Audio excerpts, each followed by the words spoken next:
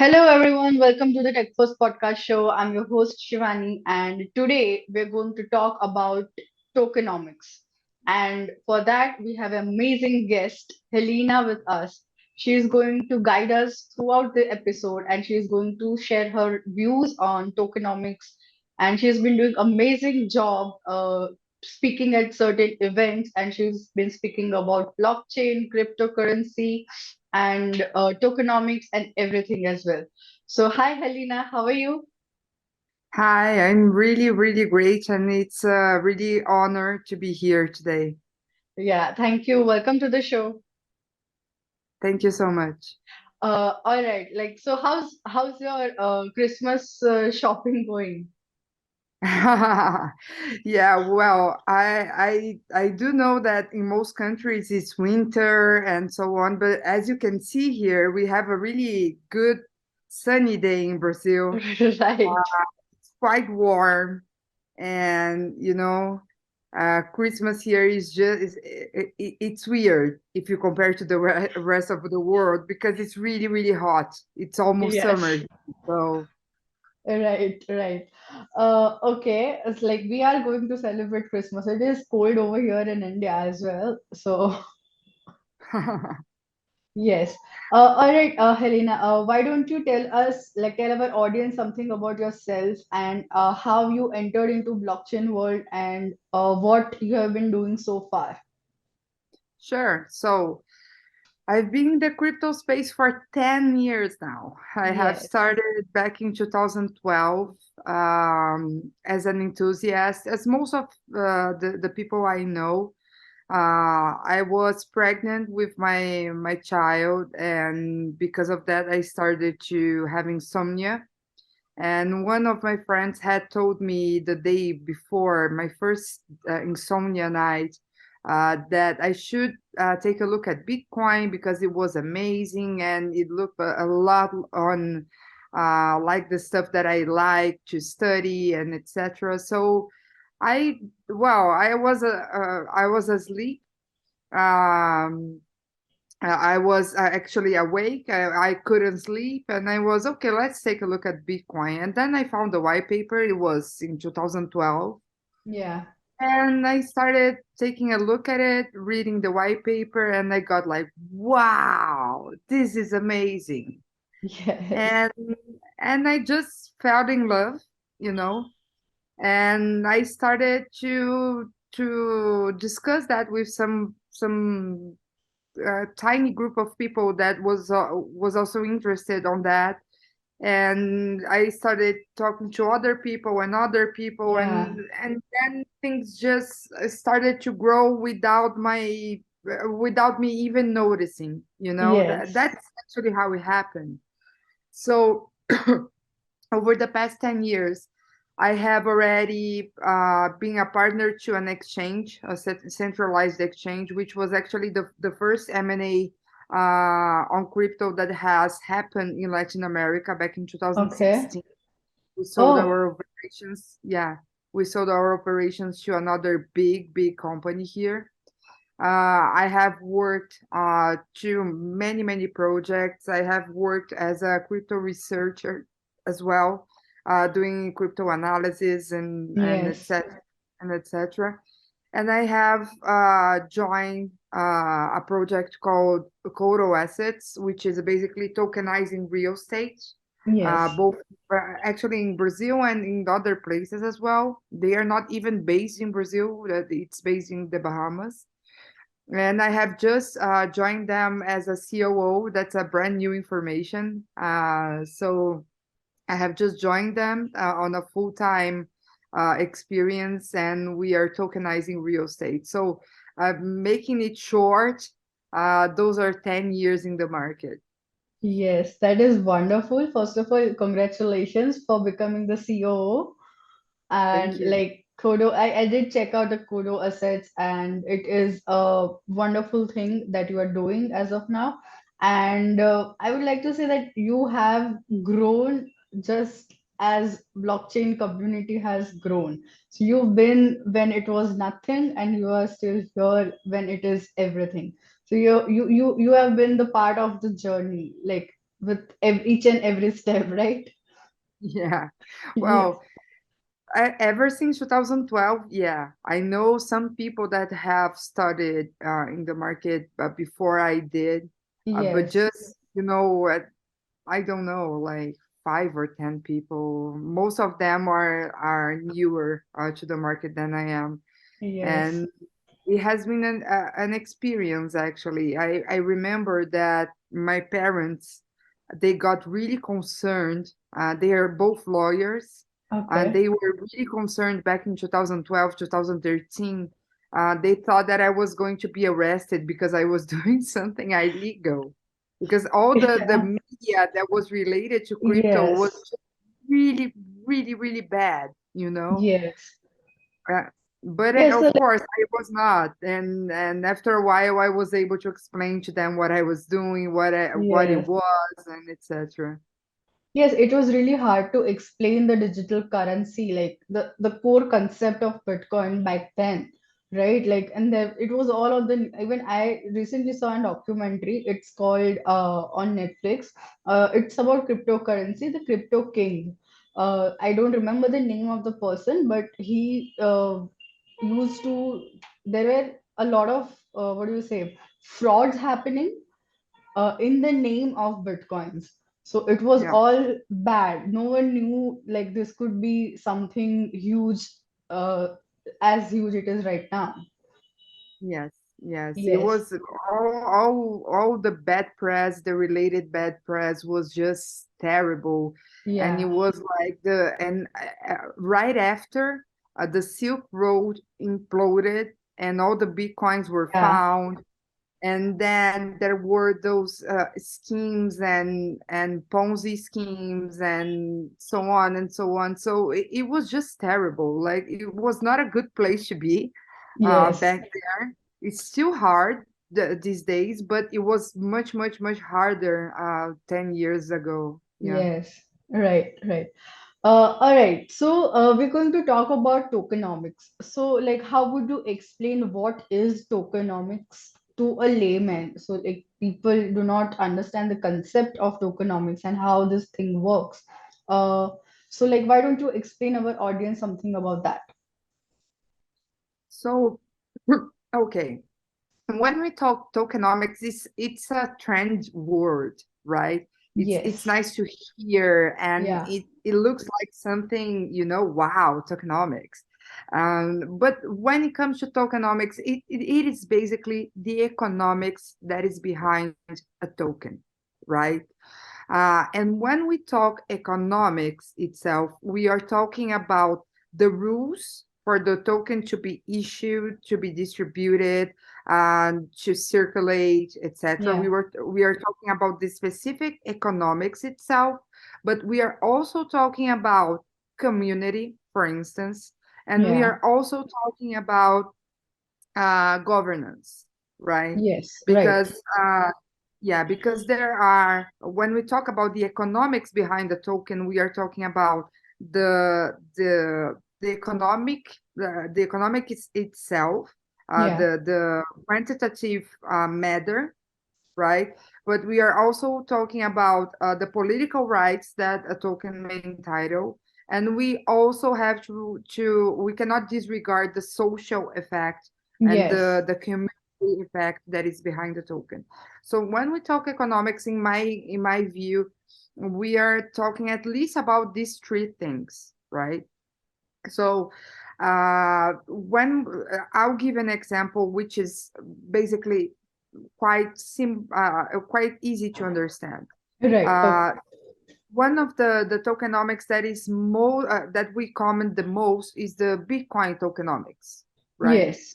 Yes. So when we talk about Bitcoin, what are the economic rules of the token Bitcoin to be issued, to circulate, etc.? So we know that there is going to be 21 million Bitcoins.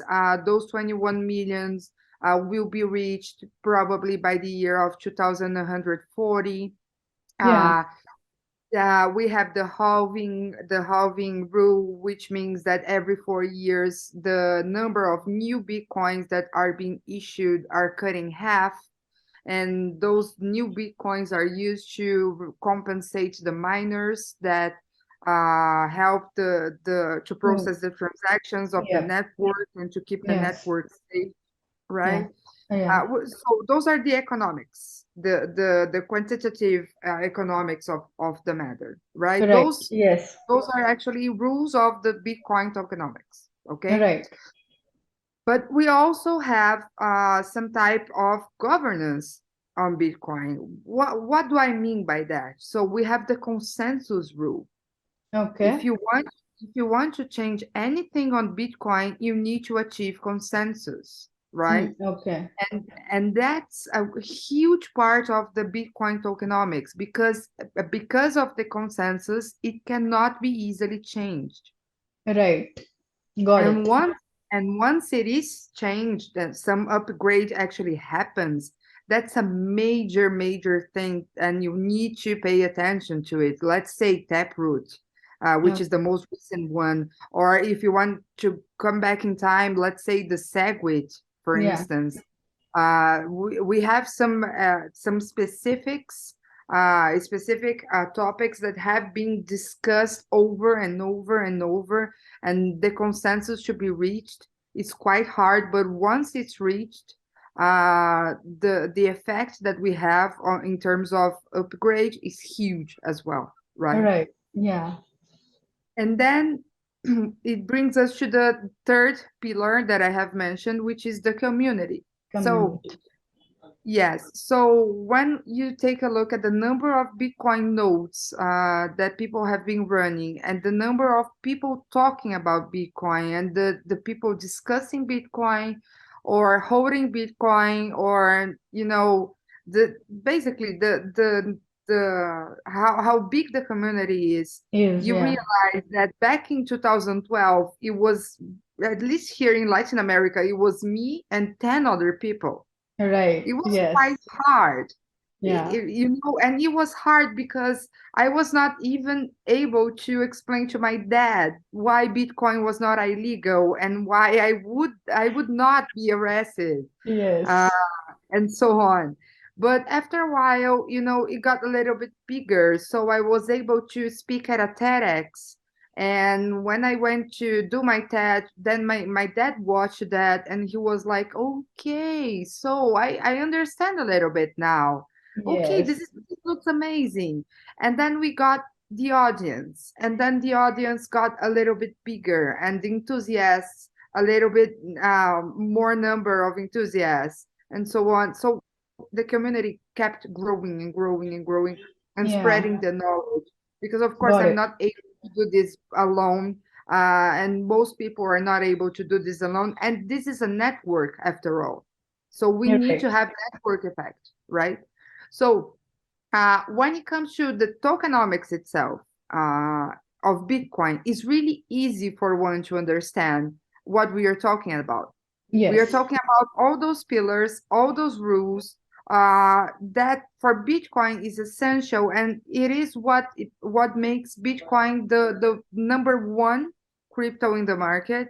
The Yep. first one that was ever created, still number one in market cap. About 40% of Got it. the total market cap Yep. is Bitcoins, Yes. and Yes. probably why it's going to keep being relevant in the future. So that's Okay. what I'm talking about when I talk about economics, Yeah. tokenomics. Yes, so that's what my next question was going for, and you did elaborate very fairly enough. Apart from Bitcoin, there are multiple cryptocurrencies in the market as of now. So, like, what are the core features that one should focus on while, what do you say, when you're working on the tokenomics of that particular asset, right? And how do tokenomics work for a crypto? Okay, so you should understand that you need to take a look at the numbers, you need to take a look at the governance, you need to take a look at the community always. Yes, yes. Especially if you are taking a look at some project, trying to decide whether you're going to invest on that or not. This is Okay. This is the number one thing you need to go through when you're trying to decide whether to invest in a crypto or not. Okay. When it comes to the numbers itself, or the pure economics of the token, Hmm. uh, what should be taken into consideration is if the rules for issuing new tokens, how do they work, and how do they build scarcity to the Right. token, that you're considering to purchase. All right. Okay. Okay. Let's let's give an example. I know that some people keep chilling Dogecoin and Dogecoin this, Dogecoin that. Elon Musk has said this and that. But did you know that um, Dogecoin has an infinite emission rate? It can be Right. issued forever. So there's no Forever. scarcity rule whatsoever, right? So what does bring you the notion, the idea that it worth less today than it's going to be In worthy in future. the future? Future. Right. If the coin is going to be issued forever with no, there's a rule for issuing that, but even so, that's an infinite emission. So it's a really, really bad economics. And Yes. that's one example. So when it comes to the quantitative matter, people should take a look at that. So that's one thing. The second thing is governance. And here it's tricky because there are some tokens that because they are crypto protocols, you should have some type of governance rights when you purchase a token, or a certain number of tokens, right? Okay. Right. But depending on the type of the token that you're purchasing, the governance doesn't matter at all. So I'll give you an example regarding that. When you're purchasing, let's say, when you're purchasing a Uniswap token, right? You Yeah. have you have a governance rights there, and Yes. you want to make sure that you'll be able to vote to determine what the future of the platform is going to be. You Right. want to make Yes. sure that you're gonna be listened to, and so on and so on. But let's say for the tokens that we are issuing at Kodo Assets, we are tokenizing the economic rights to properties. So it doesn't actually matter if you're going to have governance rights or not, as long as you receive the economic rights that we are tokenizing, right? Right. Yeah. So it's quite tricky, but depending on the type of token, you should take a look at that. That's for sure. Okay. Yes. And the third matter, which is the community, you need to make sure that there is a vibrant community behind the initiative that you're approaching, especially if you're willing to invest on that, because maybe you're seeing something someone else is not, and maybe Yeah. you're early on, maybe that's okay, but trust me, you don't want to be the only one who has seen it, because otherwise the price and the demand for the token that you're willing to purchase is going to drop, and going to do Drop. this. Definitely. So Yes. this is we are always talking about networks, and when it comes to networks and people that join networks, we are always talking about communities, and that's really important to try to decide whether you're going to purchase a token or not.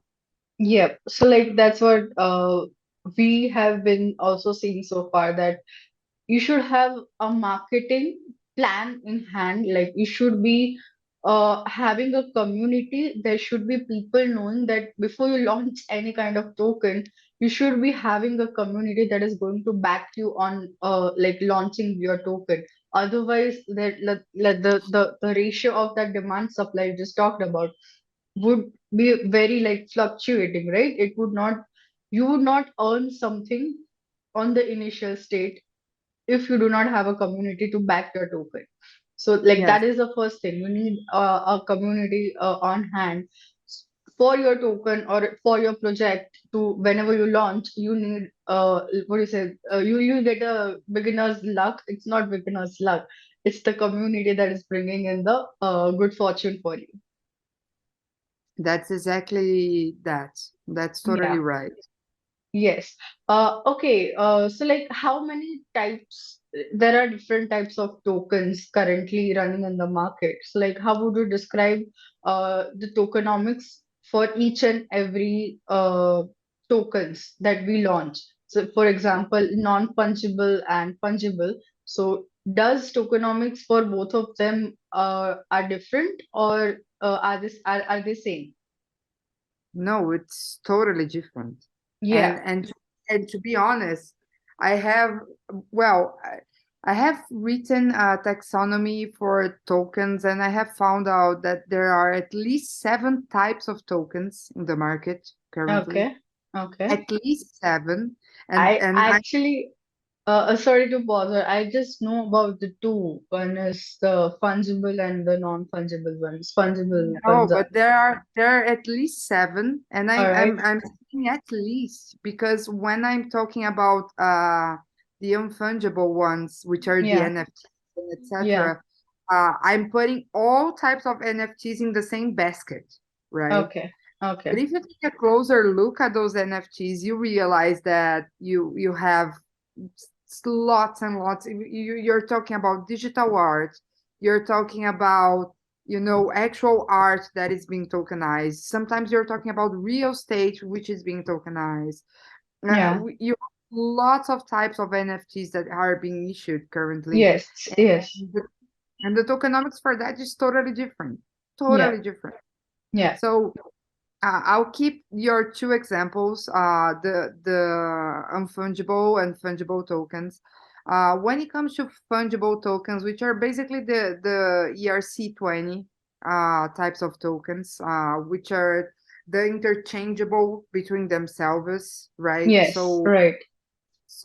if you purchase an ERC20 type of token, which is number 1 or number 100, they basically mean the same. They are going to give you the same rights, and Same. that's it, right? Okay. Uh, so if you're purchasing that, uh, basically those 3 pillars that I've mentioned are the ones that you need to take a look. Yep. And you're not going to escape that at all.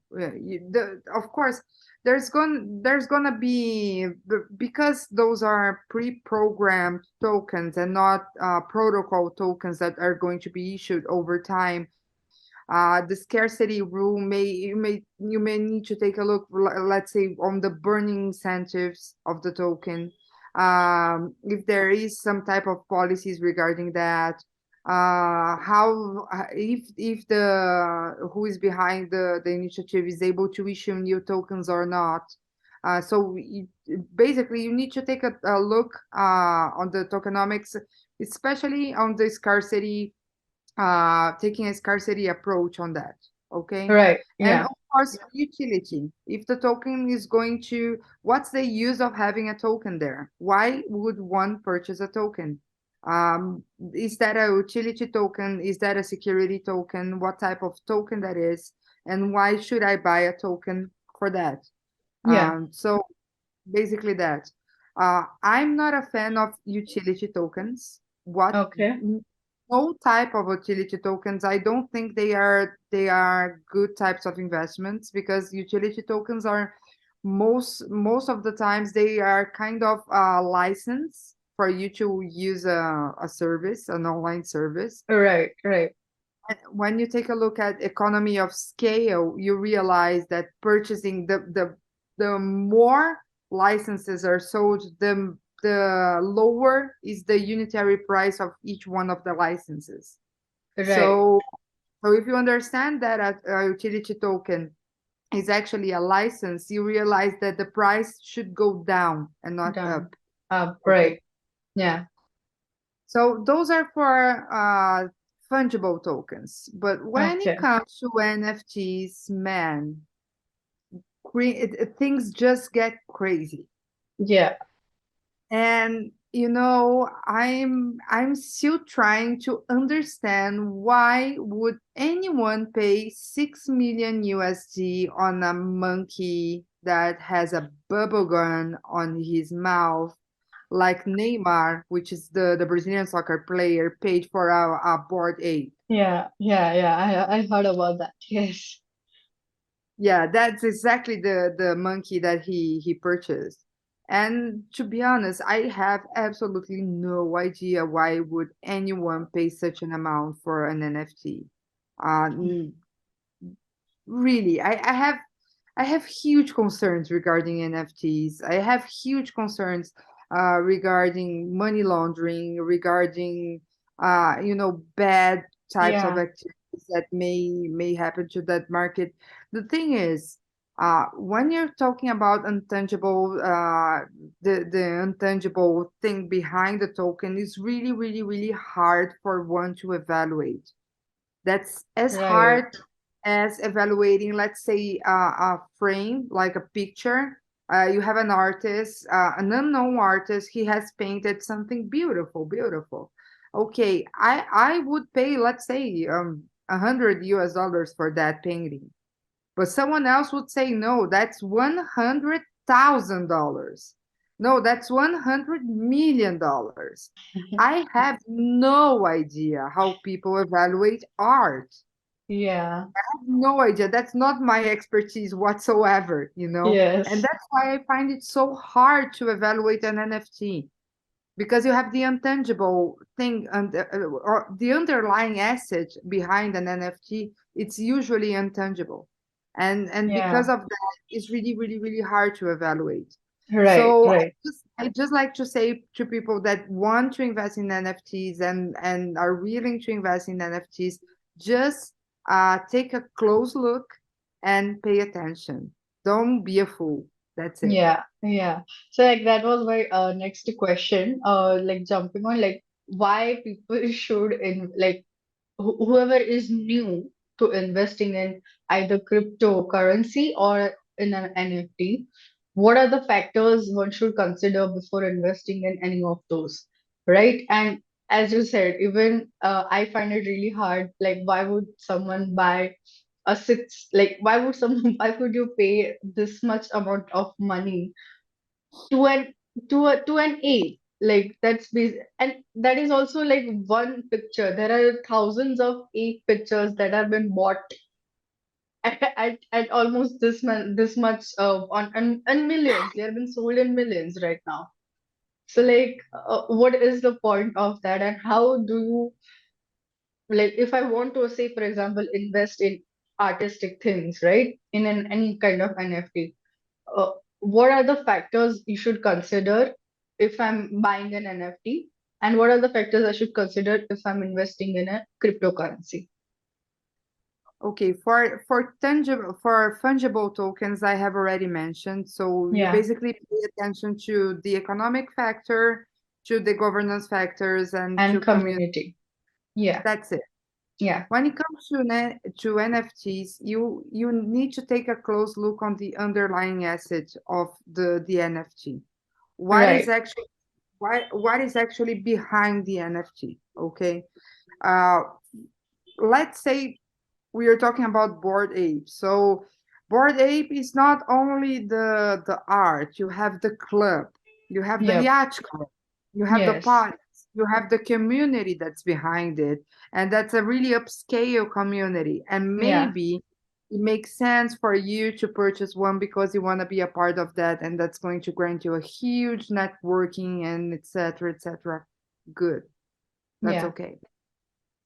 But maybe we are talking about an NFT, which is a Picasso painting that has been fractionalized.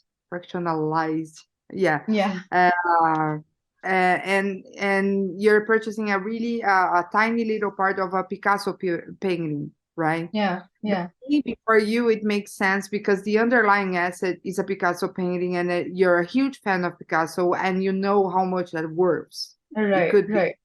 Yeah. I have some NFTs that I have purchased here. I'm not so. Do you know There's a flip flop called Havaianas, which is a Brazilian flip flop that is sold everywhere in the world. People Okay. people love it. People love Oh, it. all right. And they have launched an NFT series. Okay. So they are going to they actually gave the art of the NFT. So you have it in your wallet, but you're also able to withdraw the gifts that they are going to give together with the All right. NFT, Yeah, I got it. which is a personalized flip flop. It's a hood. It's some other whatever gifts they're going to give you, and so on and so on. So that would be really expensive for a flip flop, but for being an international brand that people really love, and because I understand what type of hype that may be in the future, I purchased one NFT of that because I want Okay. to make sure that in the future I'm going to have that's kind of a collectible, Right. Got it. and it makes sense for me. So Yes. uh, the key there is always take a look at the underlying asset. If you take a look at the underlying asset, then you'll be able to decide whether it's a good alternative for you or not. All right. Got it. Okay. I think the key takeaways from like this particular understanding of tokenomics is check out the economics uh, of whatever the token or whatever the thing that you are investing in. Check out the community and check out the governance of it, Yes, like the exactly. policies and everything, right? So, Yeah. yeah, okay, Helena, why don't you tell something about Kodo assets as well? So, like, our audience might know how you are currently working. Sure. So, Coro Assets is a platform for tokenizing real estate. Okay, And we are building a whole platform for doing so. We have been building that over this year of 2022. okay, And we are just about to launch our first token. It's going to be a security token. It's going to be a regulated token. It's going to be regulated by the Bahamas law, okay, where our headquarters are. And basically, when you purchase a token, what we did was we are taking a commercial unit in São Paulo, Brazil, in the main financial spot of the whole Latin America, which is the Faria Lima region, okay, uh, São Paulo. So that's a commercial unit that's 550 square meters, and we have divided that into 25,000 tokens. all Each right, token each token will be sold for 140 US dollars. And it's going, when you purchase a token, you'll be entitled to have the economic rights of the property as if you were purchasing at size, like at this size of the property, you know? got it, got So it. so the token holder is going to receive the dividends that come from the property lease. And also, should the property be sold, the token holder will receive the capital gains that come from the sale of the property. Yeah, that's a wonderful concept. Yeah, we are not reinventing the wheel. We have Yeah, just put it together in the way it should be done. That's you're why we right. are regulated. That's why we needed to make it in the proper way. We are not trying to disguise this as a utility token or some other type of token. No, it's a security. We are pretty much aware we are a security. That's why we got regulated. That's why we have lots and lots of rules to fulfill. But, you Yes. know, that's the right way to do it. That's why we are doing this as we are. Yes, wonderful. All right, Helena, to the end of the podcast, I would like, what is that particular quote or a particular thing that you would like to put it out there and tell our audience? Anything related to uh, tokenomics, cryptocurrency, or it should not be related to that. What would you like to share? Okay, so I've been in this market for 10 years now. And Once a good friend of mine from the US told me that one year in crypto equals 7 years in the normal market. So I feel in crypto years, it's almost as if I was 70 years old, Right. only in the market itself. Yes. And I do feel pretty old in this market. But what, and because of that, I'm just saying that because what I want to share with people is the following. I know that 2022 was very, very, very hard, especially for people who have started in the market back in 2019, 20, 21, and saw Yeah. the huge hype of NFTs and valuations and crazy valuations, etc. 2022 was tough, and it Very was tough. supposed to be tough. It was a bear market because of because of Bitcoin cycles, because of global conditions, macroeconomic conditions, because of Ukraine war, because of Chinese lockdowns, and also in the crypto market itself because of Bitcoin halving cycles, as I mentioned, Yes. and also Terra Luna, but also FTX and also 3AC and Yeah. also Alameda Capital and so on and so on. But you know what? People should realize that it's December 23, 2022, and we are still alive. Bitcoin has not died. Yeah. Ethereum has not died. And Yes. 2023 is going to be a much, much, much better year. Still not a bull run year, but a better year. Yeah. Uh, the thing is, people should keep building. And this is basically why I have joined the Kodo initiative in a full-time job, because I want to make sure that I'm a part of whatever is being built on Web3 initiatives, Yeah. to put this market together and making it work as a sustainable and long-term market, you know. And that's where I think that people should be looking at and on those types of projects and those types of goals, you know. Yes. Don't lose faith. It's really, really hard to be in the crypto market, but I swear Bitcoin is not dead and it's not going to be. Wonderful. That is really, really, really amazing thing to say, because that is what we all want to hear right now, because we are entering 2023 and that would like to enter in a positive on a positive note, you know? It's gonna be a better year. Trust me. Yes, definitely.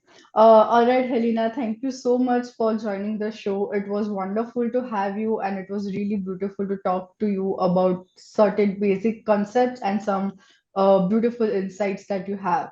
Thank you so much for joining in. Thank you so much. It was a pleasure. Thank you. Have a good day and happy holidays. You too. Yes. Bye bye. Bye bye.